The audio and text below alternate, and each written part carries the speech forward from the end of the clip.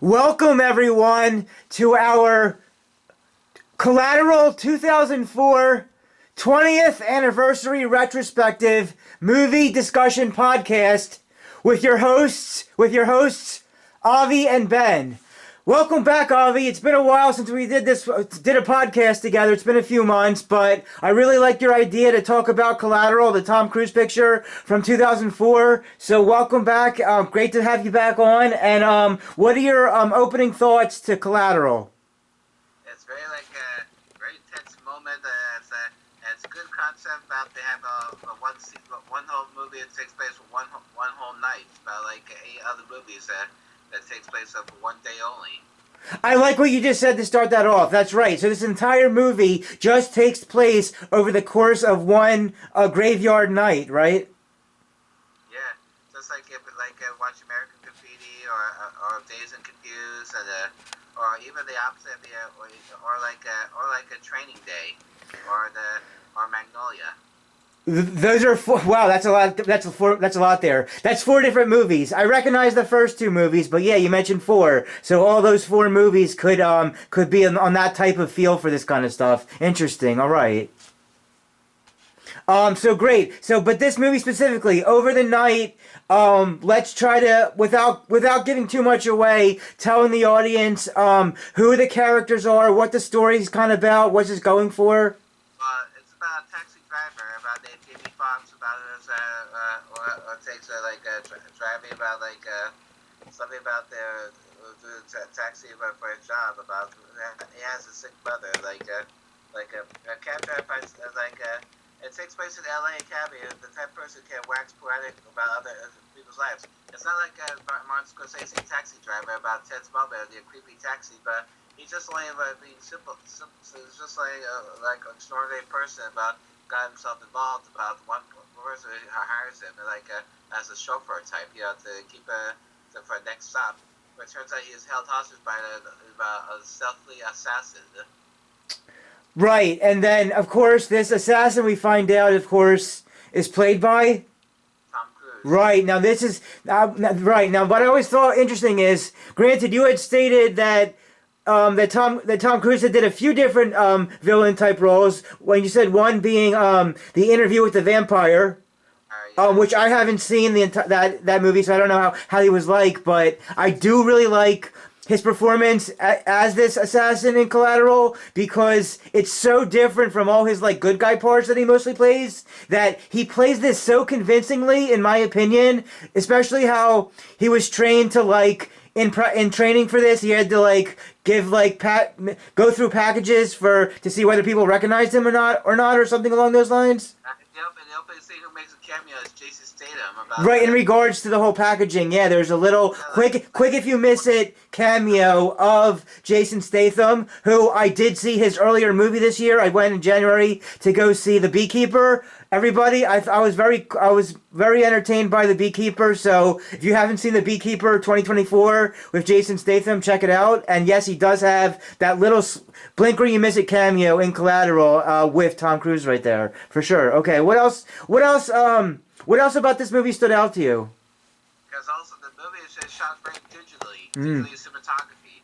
So you're saying the cinematography was somewhat digital-like? It was digitalized. Oh, digitalized. That's interesting. Like a recording camcorder type, filming real life, not like reality program. Interesting. So speaking of that, since you mentioned that part of it, we should let the audience know that the director of this is Michael Mann, who did the 1995 movie Heat. He did it. It also, because Michael Mann also does all the stylized crime thriller. He has good advice. The actors good advice of real life criminals or police officers to do their inspired all the crime work. Right. Yes, that's very true about all that. Yes. And also but his best memory is the one behind the executive producing the hits show in the 80s called Miami Vice. Right. Oh, and did he make the modern update of Miami Vice? He directed the film version. Yeah, the film version, the 2006 one, right? With Colin Farrell and Jamie Foxx. Yeah, then it brings back Jamie Foxx. Yeah. But he works. Jamie Foxx works before the Michael Mann before with Will Smith and Jada Pinkett Smith in the movie Ali. Oh yeah, the Ali movie came out in 2001 where Smith played the boxer Ali guy. Yeah, yeah, yeah. And sometimes, and also, Dad likes Dad likes him that Michael Mann directing the original Hannibal Lecter in Manhunter. Oh, okay, okay, that's interesting. All right. So, how, what are your opinions about Collateral? How did you think it was for you? It's very good. All the story about like a very good tight schedule about how they keep it like a pace about the first thing he's been held hostage and the taxi driver being witness everything about he doesn't know what to do about the even up. But one scene about about his pain and visit his sickly mother that Vincent, that Tom Cruise convinced him that there's he belong with about without telling her about who he is. Okay. To visit. Wait, what? Who are we talking about now in regards to a visit? Yeah, Jamie Foxx's character mother who goes to the hospital. Oh, right. He wants to see his mom in the hospital. That's right. And that way, it's very like don't convince the mother who the guest is. Okay. Oh, okay. Okay. I also want to mention that Javier Bardem has a little scene in this. Oh yeah, the Felix. Is he part like the one who's the Vincent hired to kill him? Yeah, yeah, yeah. Something along those lines. Maybe it's about Vincent wants to kill others because they're like of all the witnesses about the Yeah, yeah. mafia hit. Yeah, yeah. I liked him a lot as Silva in Skyfall. Oh yeah, Skyfall and also No Country for Old Men. Yes, that too. That too. And sometime recently, Mom and I just watched the musical film of Javier Bardem called Lyle Crocodile. Oh, okay. All right. It's a kids movie. Oh, okay. All right. Also, do you know for the making of the Collateral, for the original casting for the Vincent and Max, they originally as the Vincent the bad guys should be played by Russell Crowe. The early version of film's development, and actor Russell Crowe could be played as Vincent. And Adam Sandler could play the Max. Oh, okay. Well, I mean, at least Adam Sandler, I guess, what's kind of close to that, I guess, in somewhat a comparison, is him doing that Uncut Gems movie, kind of, is for that type of thing. And then, what was the other actor's name? Russell Crowe. Oh, and Russell Crowe, all I gotta say is, he's not doing too well film-wise with things, and now they're doing the sequel to his movie 24 years later with them.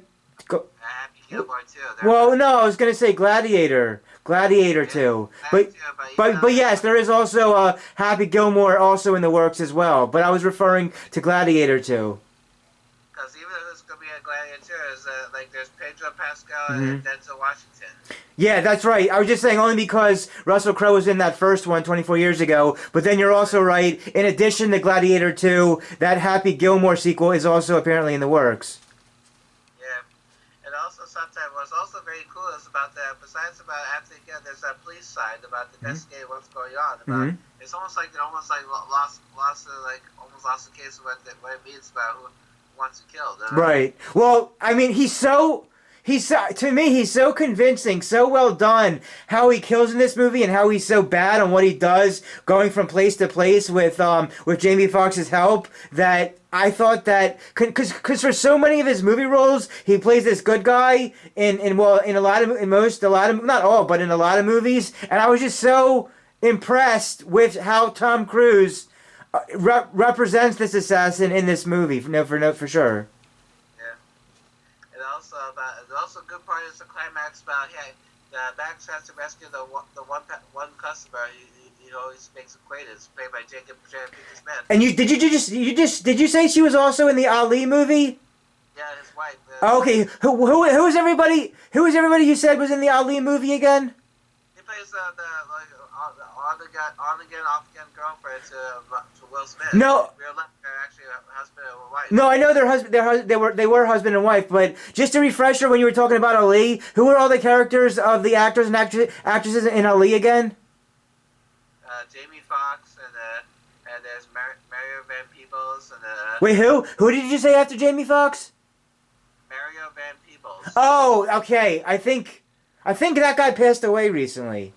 No, that's his father. Oh, never mind. You said that was his father. Okay, so you said Jamie Foxx, Will Smith, Jada Pinkett. Was she in that also? Yeah, she's seen that. And that Peebles. So those are some of the cast of. Jeffrey Wright. Oh, and a Jeffrey Wright. Okay, I really like Jeffrey Wright as Felix in the Daniel Craig James Bond movies, and also as Gordon in the new Batman movies. And recently, now the HBO series had their own spin-off of the Penguin. I heard about that. They're having the Penguin now. Yeah.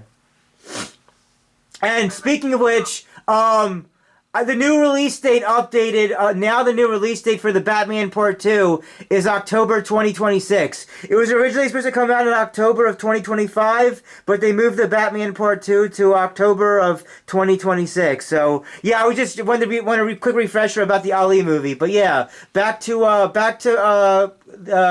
Collateral.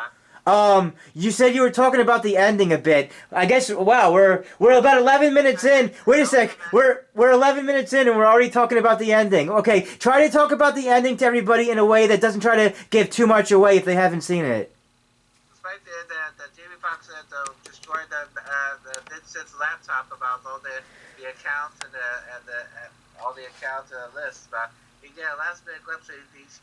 He found out one of the passengers he knows about, played by Jada Pinkett Smith. She was also on the list of his contract that Vincent had to kill her. Okay, yeah, that is a lot of part of it. Now, in the real world, in this non-movie stuff, I just gotta say real quick that I am not a fan of her. I think that she never really treated Will Smith right, and that he should get away from her as soon as possible.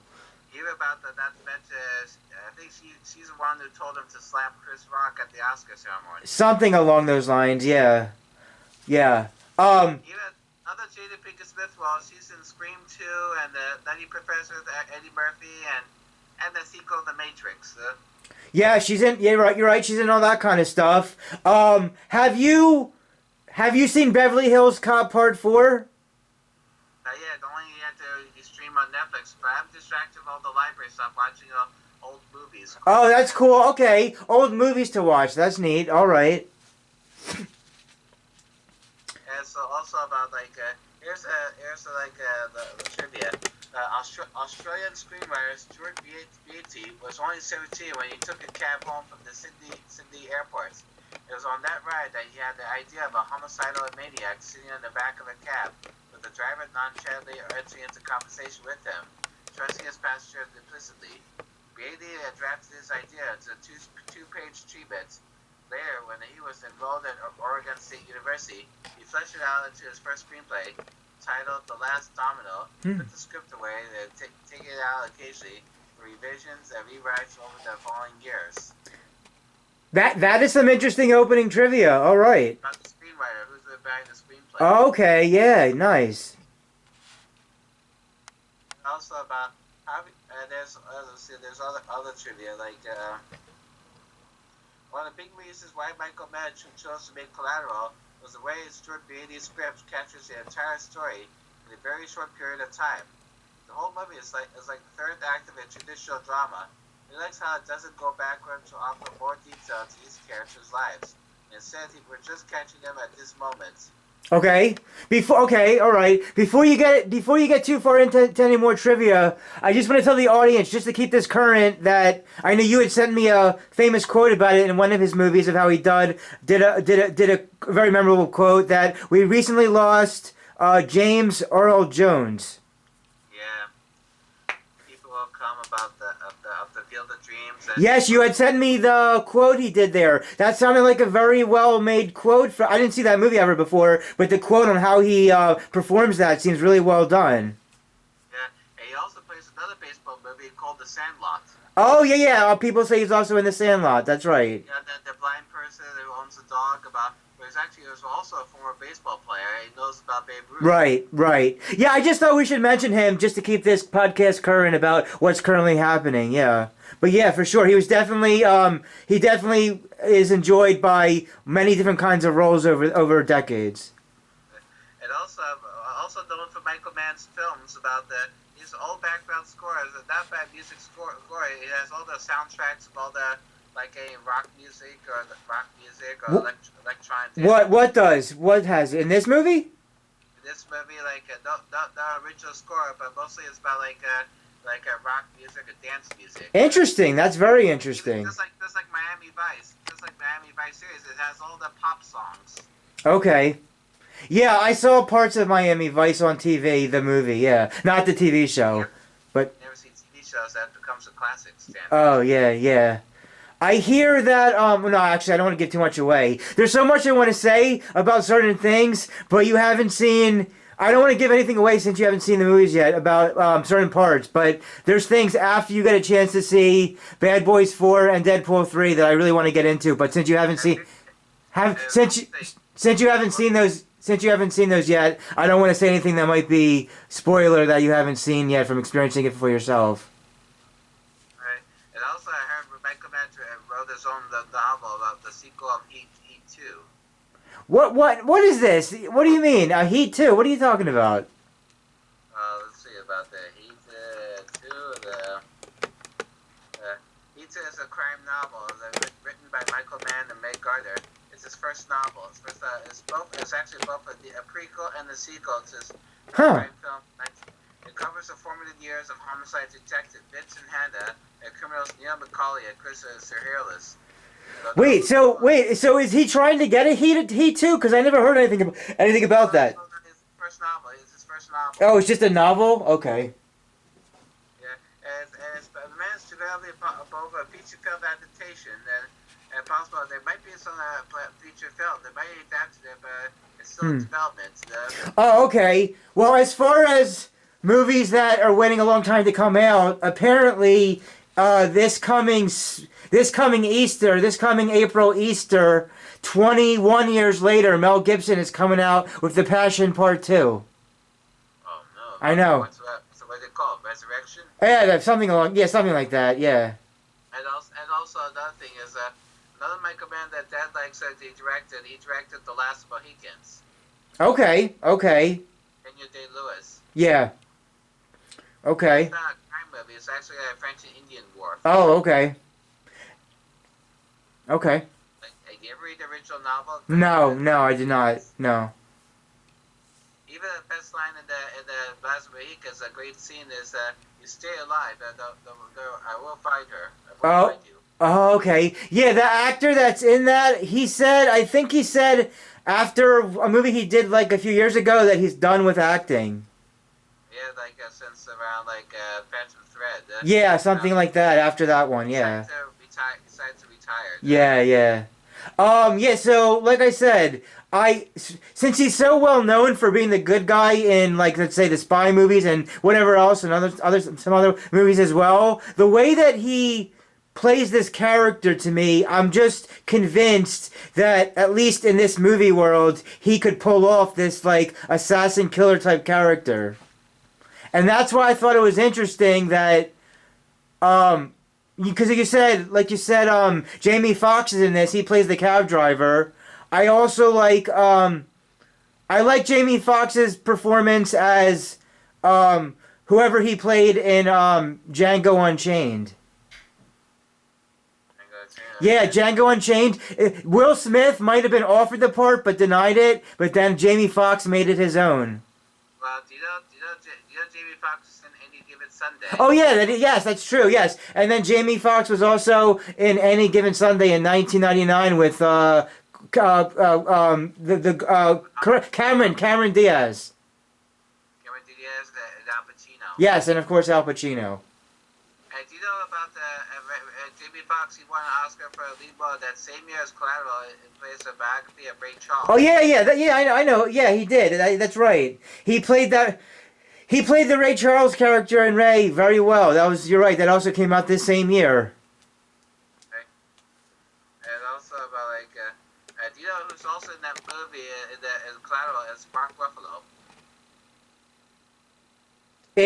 He's in what's he in again? Mark Ruffalo, Collateral. Oh, yeah, that's right. He's also in Collateral. Yeah.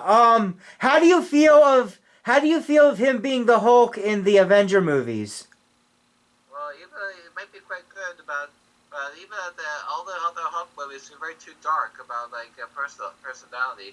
But even though it's like it's not very serious about it. Even like Alicia, my brother Alicia's not a fan of any Mark Ruffalo movies. But like even sometimes sometimes now since the last time I saw him was Avengers Endgame, he finally embraced about this of the Hulk and the personality to save firm.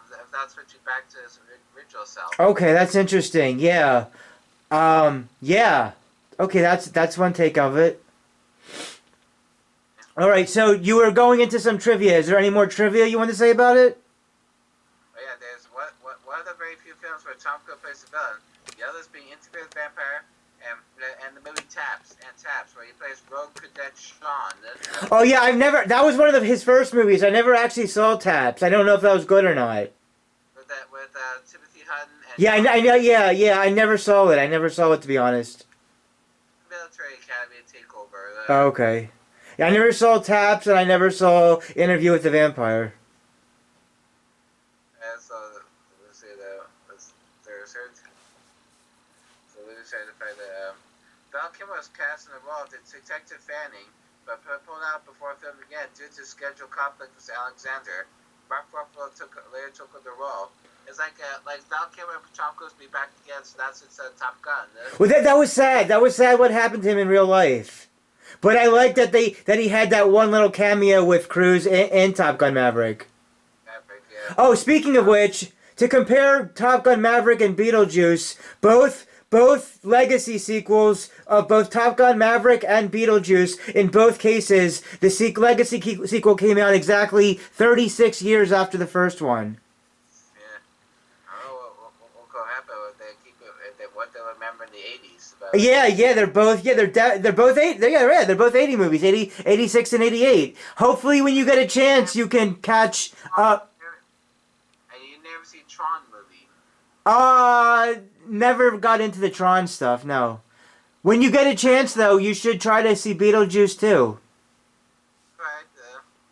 Well, I hope I could get it to watch it sometime. I'm sure there'll be a way. I'm sure. I mean, whatchamacallit, it's currently playing in theaters. Now that your morning's over, can't you go back to the movies or no? Not yet. Not until we uncover the stone. Oh, okay. By the time the Stone stuff happens, it'll probably be trying to get a home release or a library release then. Okay. That's after the yard site. Yeah, after the yard site thingy. That's a Jewish thing, everybody. A yard site. So I guess then let's just... What did you say? No, I was just going to say, then I'm glad that we're at least talking about Collateral to agree on for now, for the time being. Right. And also, that both movie Heat and Collateral ends with the opposites. Because Heat opens up at the train station. It ends at the airport. Well, in that movie, Collateral, it opens up in the airport. Well, it ends in the train station, train subway. What was the other movie? What was the comparison? Heat. Oh, okay. I never saw all of Heat. So you're saying, re-say that again, please. In Heat, movie Heat opens up at the train station. Well, it ends with the airport about shootouts. While the Collateral opens up the airport and ends at the train. Oh, okay, so they do something similar, but the opposite of. Yeah. Okay, that's interesting. One more quick thing about Heat is that there was a part of Dark Knight that liked something about Heat to kind of do their own take on it. It takes place in Chicago. Filmed in Chicago. Both filmed in Chicago, and both did a similar type of robbing type thing. I knew about the movie Heat. It's very similar, like a Batman situation. Yeah. With Val Kilmer involved. Right. Yeah. Well, yes, Val Kilmer is in Heat. And the music score of the Heat and Batman Forever is by Elliot Goldenthal. Oh, okay. And when I go see Beetlejuice 2 soon, I'm gonna look for all the Danny Elfman music. Here's the truth. Although Max refers to himself as Collateral in the scene where he briefly stands up to Vincent after Hitman kills the jazz club owner, that's not where the movie got its title. The original script had Vincent professional name as Vincent Collateral, and there is a deleted scene that confirms this. The title was considered for a change after the unsuccessful release of the Arnold Schwarzenegger action film Collateral Damage. Oh, that's right. Yeah, just to tell the yeah, exactly. Real quick, the audience, just be known. Don't confuse Collateral 2004 with Schwarzenegger's action thriller from 2002, Collateral Damage, which is a totally different movie. Yeah. Not to be confused with. Everyone agreed they shouldn't avoid the title everyone liked, just because it echoed a movie that no one cared about. Okay. What was that thing about not caring about? Say it again. About the movie Collateral Damage, the two titles about they want to get mixed up in. Oh yeah, that's what I was saying about the misleading two titles. Even the Arnold Schwarzenegger movie called The Sixth Day about they had to change the title of the letter 6 to number 6. Okay. They want to mix up as the Sixth Day or the Sixth Sense. Oh yeah, that also makes sense. Right. So Collateral Damage was supposed to be like something about terrorism, and it had to get pushed. Story about his family got killed. Yeah, a family gets killed, so he wants to do revenge. It got postponed because it was too similar to coming around 9/11, so instead it came out in 2002. It didn't do so well. So he came back a year later with Terminator 3: Rise of the Machines. Is there any wrapping up trivia? Because I do think that the movie has some well written quotes, and I want you to say some of the well written quotes from the movie as well. For trivia, the Tom Cruise trained for roughly 3 months on the L.A. County Sheriff's combat shooting ranges. It was apparently his first time with live rounds. Surprisingly, exactly no one. Michael Mann adds that Tom is extraordinarily skilled at everything athletic that he tries. So you're saying he was training, and what else happened with his training? About Tom Cruise trained for roughly 3 months on the L.A. County Sheriff's combat shooting ranges. Oh, okay, yeah, I'm telling you, he seemed like he was well trained to pull off this role for sure. Yeah, it was apparently his first time with live rounds. Oh wow. Surprisingly, exactly no one. Michael Mann adds that Tom is extraordinarily skilled at everything athletic that he tries. Absolutely, no doubt about that. Okay. There's also about let's see. I'll say this one more. Vincent tells Max that his father was abusive and died of liver failure. In real life, Tom Cruise's father was abusive and died of cancer. Oh, okay, I didn't know that. That's interesting.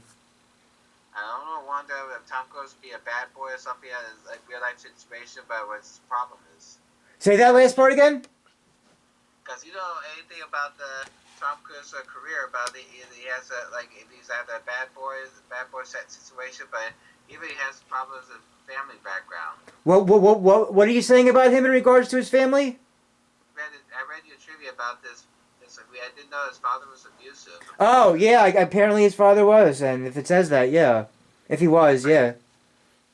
Right, so now we get to do a quote or something Yeah, I just wanted, now that you've gone over a lot of the trivia, I was just thinking the movie has some really well-written dialogue lines, like, whatchamacallit, it's like he says, when he's in the cab, for one of the cab scenes inside the cab in the back, he says some sort of, stuff happens. If you scroll through all the quotes, you'll see the one he says about that exactly. Something about from Javier Bardem. I could get a quote from Javier Bardem. Oh, we can start. Yeah, sure. We can start with Javier Bardem first.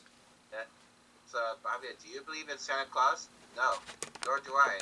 But my children do. They are still small, but do you know who they like even better than Santa Claus?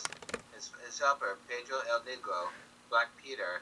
There's an old Mexican tale that tells of how Santa Claus got so very busy looking out for the good children that he had to hire some help to look out for the bad children. So he hired Pedro, and Santa Claus gave him a list with all the names of all the bad children. And Pedro would come every night to check them out. And the people, the little kids that were misbehaving, that were not saying their prayers, Pedro would leave a little toy donkey in their window, a little burro. He would come back, and the children were still misbehaving. Pedro would take them away, and nobody would ever see them again. Now, if I'm being Santa Claus and you are Pedro, how do you think jolly Santa Claus would feel if one day Pedro came into his office and said, "I lost a list"? How fucking furious do you think he'll get? Max, I think you should tell the guy standing behind me to put his gun away. What? I said, I think you should tell him to put the gun down before I rip it out of his hand and be his bitch ass to death with it. Okay. Wow. Wow. That's interesting. All right. What do you think? But that's just what I think. I think Max is one of Felix bodyguards. So it's not a, I think you should. I think you should tell that guy behind me to put his gun down. What? I read this line. Max. I pick up the tail. Federal? I don't know. You tell me. That's why I toss a list. The workups, all that shit. To protect in part your Hermes fashionable ass. Okay. So that is now I'm finding the other quotes. Yeah, try to find the one quote that Tom Cruise says in the cab about how things just kind of happen. You'll read them all. I'll tell you which one it is. Right. Max, there's 6 billion people on the planet. You're getting bent out of shape because of one fat guy. Well, who was he? Would you care? Have you ever heard of Rhonda? Yes, I know Rhonda. Well, tens of thousands killed before sundown. Nobody's killed but people. We killed people that fast since Nagasaki and Hiroshima. Do you bat an eye? Do you bat an eye, Max? What? Do you join Amnesty International, Oxfam, Save the Whales, Greenpeace, or something? No, I offer off one fat Angelino and you throw a hissy fits. Man, I don't know any Rwandans. You don't know the guy in the trunk either. Okay. Keep going. Right? Here's a look. Look at the mirror. Paper towels, clean cab, limo company. Limo company someday. How much you got saved? That ain't any of your business. Someday my dreams will come. One night you will wake up and discover that never happened. It's all turn around on you, but it never will. Suddenly you are old. It didn't happen and never will because you are never going to do it anyway. You push it into memory and then zone out in your barco lounger, being hypnotized by daytime TV for the rest of your life. Don't you talk to me about the murder. All it ever took was a down payment on the Lincoln Town Car. That girl, you can't even call that the girl. What the fuck are you still doing driving a cab? Okay. Yeah, that's no good reason. There's no bad reason to live or to die. Then where are you? I'm indifferent. Okay. Okay? They project onto you their flaws, what they don't like about themselves. I had a father like that. Mothers are worse. Wouldn't know. My mother died before I remember her. What about your father? He did everything I did. Got drunk, beat me up, and in and out of foster homes, that kind of thing. And then I killed him. I was 12. I'm kidding. He died of liver disease. Well, I'm sorry. No, you're not. No, wait, what was the one part? He also said something else about Wen Cha, like, all this stuff happens. It's, if you keep reading them, I'll tell you when you get to it. Okay, here's the deal. Here's the deal. Man, you were going to drag me around tonight. Never be the wiser, but El Gordo got in front of the window. Then his side dive, we're into plan B. So, Brittany, now we gotta make the best of it. Improvise, adapt the environment. Darwin, shit happens. I chink, whatever, man. We gotta roll with it. That's exactly it. That's the whole line I was talking about. Redo that one again. Okay, look, here's the deal. Man, you were gonna drag me around tonight. Never be the wiser. But El Gordo got in front of the window, did his high dive, we ran to plan B. So, Brittany, now we gotta make the best of it. Improvise, adapt the environment. Darwin, shit happens. Yeah. Whatever, man. We gotta roll with it. I chink? What are you talking about, man? You threw a man out of the window. I did throw him. He fell. Well, what did he do to you? What? What did he do to you? Nothing. I only met him tonight. You just met him once and you kill him out like that? What? I should only kill people after I get to know them. That's well done. All that stuff you just did right there from all that, really well done how Tom Cruise says those lines, yeah. Okay, here's the one about okay. Access on the radio dispatch with his boss. Okay. Yeah, lady, what's up? It's me.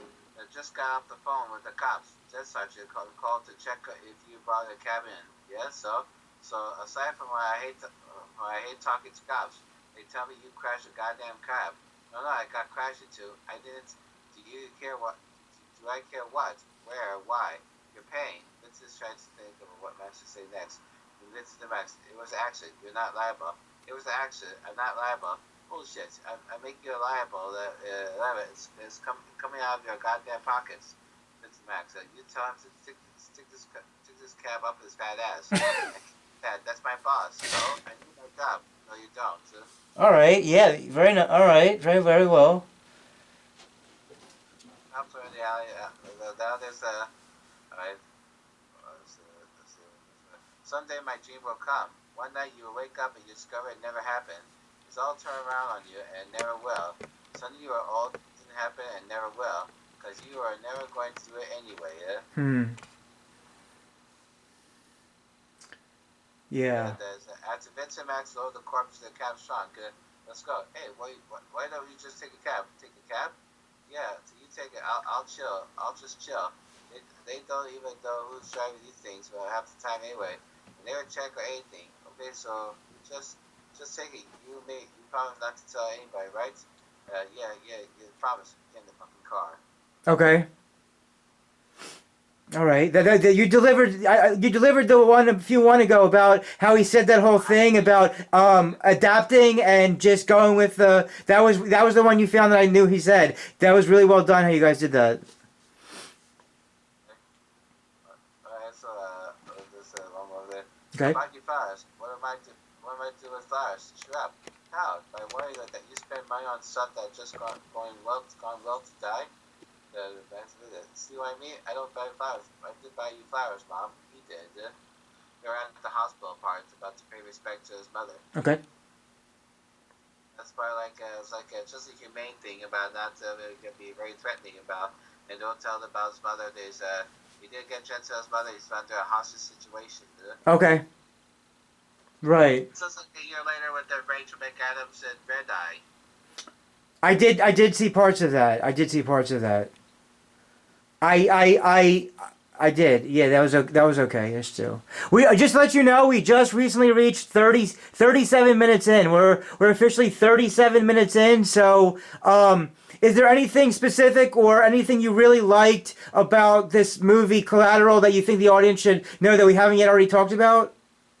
And even it's like what I like about Collateral is besides one whole night long about as the first movie to shot digital. Yeah, you mentioned that earlier about the digital part. The digital filming is kind of interesting about how that would have been done 20 years ago.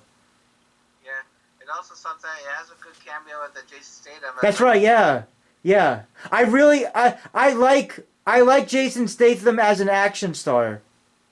Yeah, but you saw him in Snatch and I didn't. I saw parts of Snatch. I saw probably more of his more recent stuff. Some of his more recent stuff. even the Fast and Furious franchise. Parts of that. Yes. Right. And also I like about sometimes about almost like he saved his girlfriend about he knows about. Right. Wait. Whose girlfriend? Jada Pinkett Smith about the one the pastor he got acquainted with. That she's on the hit list about the Tom Cruise about to assassinate. Yeah, she's in this as that part there. I don't want to give anything too much away for anybody who hasn't seen it yet, but you'll see how. And also sometimes it has a very good philosophical quote from the Vincents. Yeah, what was the philosophical quote again? I Ching thing about like you said. Yeah, that's what I said. That whole philosophical Ching type quote. Really love when he says that. It was so performed, recited by both of you really well. How that whole line is about. Really so much so. Yes. Yeah, and sometimes sometimes they have that. We don't know the director could hire the experts to train out the firearms. Oh yeah, and of course being trained in the firearms, which of course Tom Cruise learned all that real quick. Right. And so also and also I had nothing to tell about it's like it's not like the movie's not like very practical effects about where it's how they filmed overnight. So before I like it's about when the dawn approaches. When the dawn approaches, yeah. Like you said, this whole movie just takes place over one night. Yeah. Okay. And sometimes I got nothing else to tell about it. Even though it's very cool, good theme about how they handle about some of somebody filmed it all night. Right, for sure. Um, what what does IMDb give it as a rating, and what would you give it as a rating grade? We're 8 grade about like let's see. Yeah, what does IMDb give it, and what would you give it? He gave it a 7.5 out of 10. Oh, they gave it a 7.5 out of 10, and what would you give it? I give it like a 8.3. Okay, an 8.3. Yeah, I would give it an 8. The grade ratings about A minus. Yeah, I would give it an 8. I would give it. Yeah, I would give it an 8 out of 10 or an A minus as well.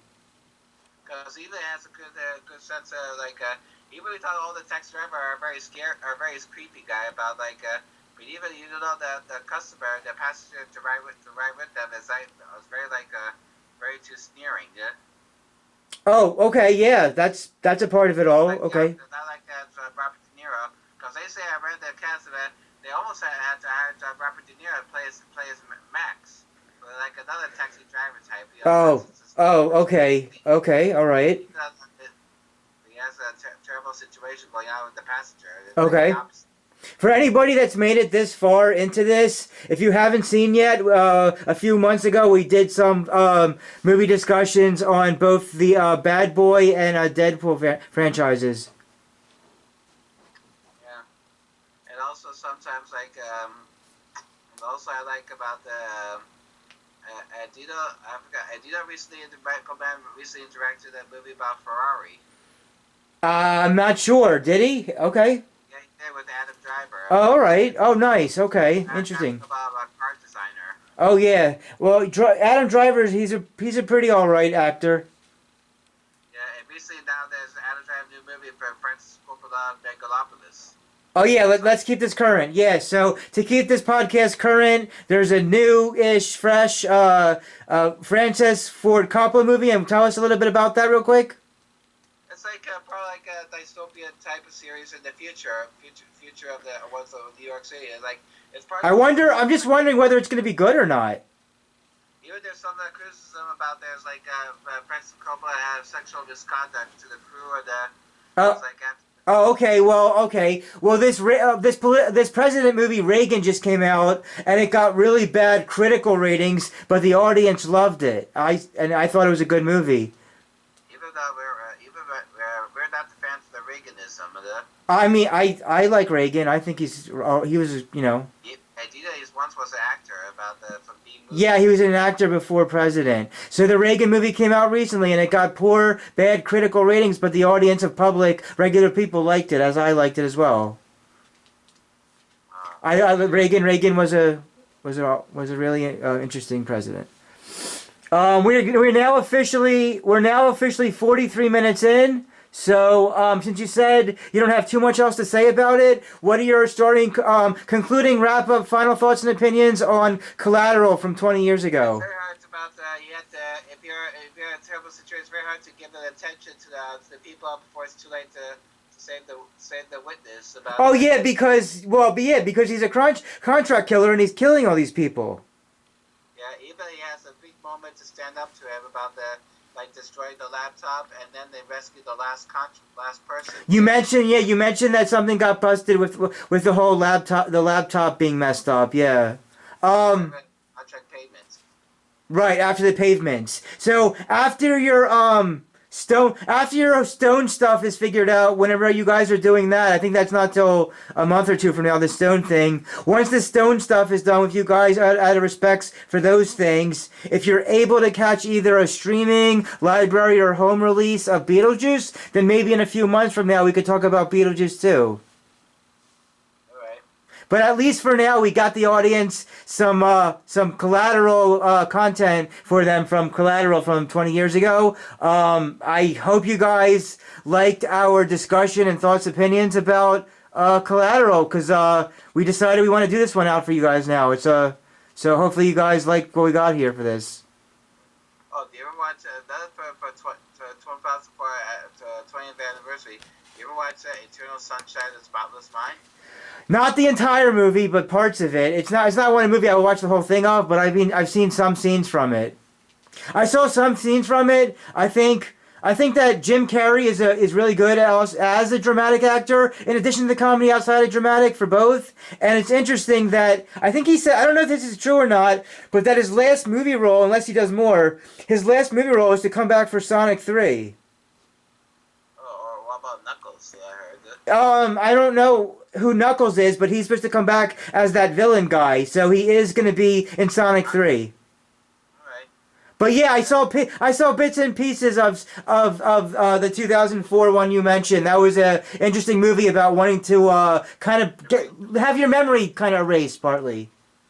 Your memory to get rid of. It's very surrealistic. Yeah, very much so. Yeah, I think he plays dramatic and comedy both well, and I guess he wanted to come back to at least do Sonic for a third time. Right. So I guess that's about it. Unless we're just about almost 46 minutes in. Anything you want to tell the audience or me before we start to conclude all this up? Well, even like if it's very hard to have to stay up all night about doing one big moment about about the explore the nightfall without being getting attacked something. Yeah. So be careful in the nightfall because you might be attacked by somebody. Basically. That's not bad. Yeah. That's one way of saying it. Yeah, for sure. Wow. Okay.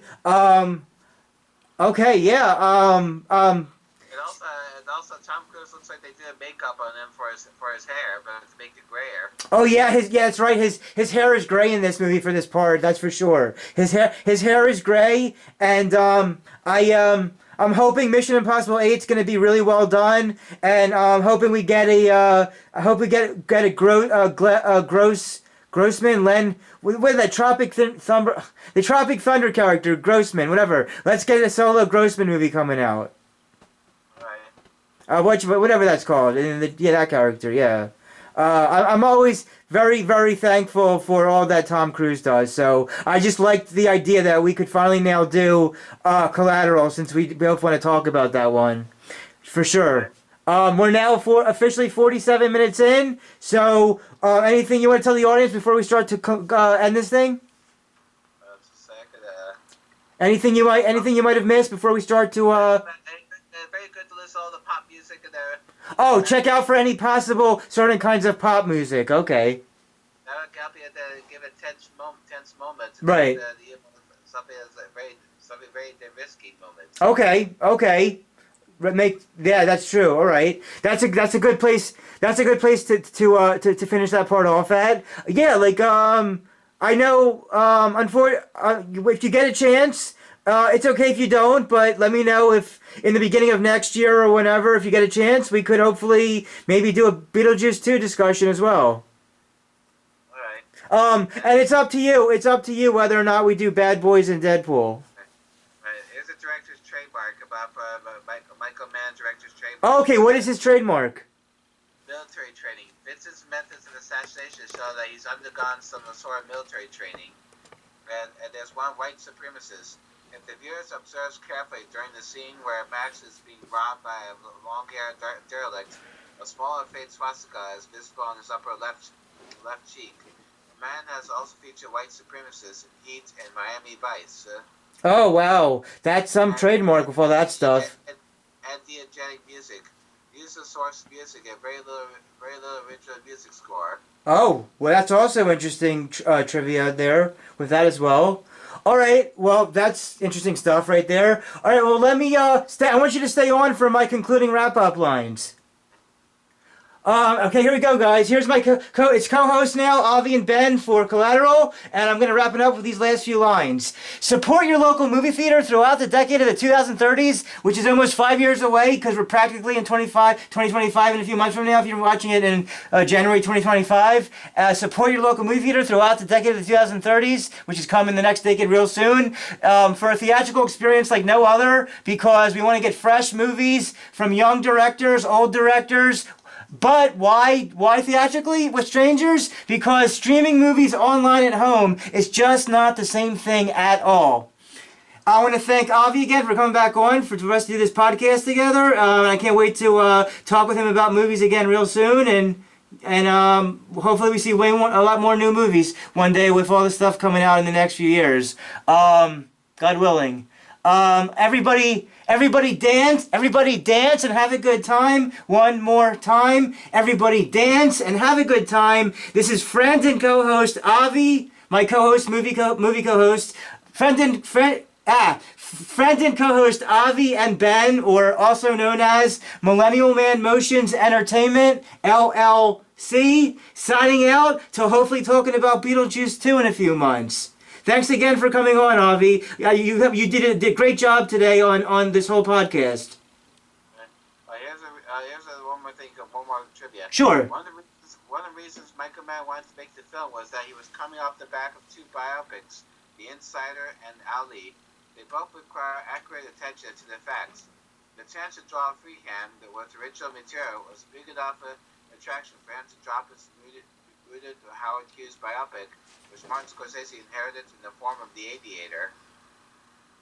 Wow, that's a lot of information right there. I hope you guys could all take what he just said about all that. Okay.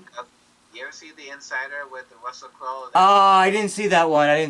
No. It's a biography takes place about during the news of 60 Minutes about one that Russell Crowe plays someone like a whistleblower who works with that drug. Yeah, that's what I hear. Yeah, I was never a big Russell Crowe fan. Not even like the Gladiator or the Beautiful Mind. I've seen parts of those movies, but I never got really into them as much as like other people may have. But yeah. All right, very good. That was a great last trivia to end it off at. I want to thank you again. I like how you delivered everything you said about this movie and other movies that we talked about that came along with it. So yeah, thanks so much for coming on today. We'd have to be back together. We had to remember what movies we had to figure out to add in. Yeah, we'll figure it out. We'll figure out ones we can both agree on for sure. Okay. All right, cool. Very nice. Thanks for coming on today. Have a good night. All right, have a good night. See you soon.